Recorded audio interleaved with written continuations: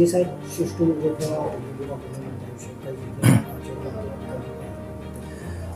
Dindoli police સ્ટેશનમાં તારીખ 1/10/2025ના રોજ એક પોક્સો એક્ટ અને BNSની કલમ હેઠળ એક ગુનો દાખલ થયેલો છે.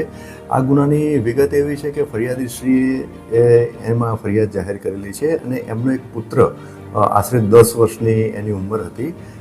એ અને એનો એક મિત્ર, એટલે એના પુત્રનો જે મિત્ર હતો એ આશરે 11 વર્ષની ઉંમર હતી. એ બંને ડિંડોલી વિસ્તારમાં એક જગ્યાએ વડાપાઉં ખાઈ અને પાછા જઈ રહ્યા હતા.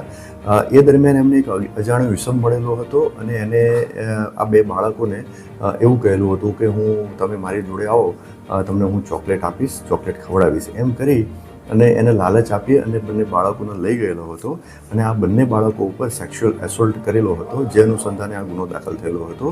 જે તે વખતે આ ગુનો અનડિટેક્ટ હતો, એટલે કે જે આરોપી હતો આઈડેન્ટિફાઈડ થયેલો નહોતો. ત્યારબાદ તપાસ દરમિયાન જે પુરાવા એકત્રિત કરવામાં આવેલા અને જે CCTV ફૂટેજ ચેક કરવામાં આવેલા હતા, જેમાં આરોપી આઈડેન્ટિફાઈ થયેલો હતો. સ્થાનિક પોલીસની જે તપાસ ટીમ જે છે એમણે આરોપીને લઈ અને એની પૂછપરછ કરી અને એની ગુનાની કબૂલાત કરી અને બીજા પણ જે પુરાવા એકત્રિત થયેલા, જે આધારે આરોપી સુનિલ ઉર્ફે લોખંડિયા ખરે, એનું રહેવાનું છે 11 ચેતનનગર, નવાગામ, ડિંડોલી.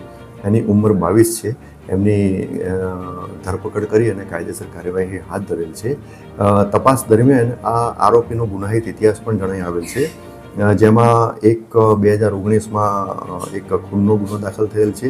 તેના સિવાય સચિન પોલીસ સ્ટેશનમાં એટેમ્પ્ટ ટુ મર્ડરનો ગુનો દાખલ થયેલ છે અને લિંબાયત પોલીસ સ્ટેશનમાં એક મોટરસાઇકલ થેફ્ટનો પણ ગુનો દાખલ થયેલ છે. આમ આ આરોપીના વિરુદ્ધમાં ગુનાહિત ઇતિહાસ છે. હાલમાં આરોપીની ધરપકડ કરી અને આગળની કાયદેસર કાર્યવાહી હાથ ધરવામાં આવે છે. જે બાળક હતું, આરોપી સાથે કઈ કોન્ટેક્ટ હતું, કઈ ઓળખમાં હતા જે બાળકની? નહીં, આ જે વિક્ટિમ જે છે, એટલે કે ફરિયાદીનો દીકરો જે છે, એ અને એનો મિત્ર ત્યાં જતા હતા.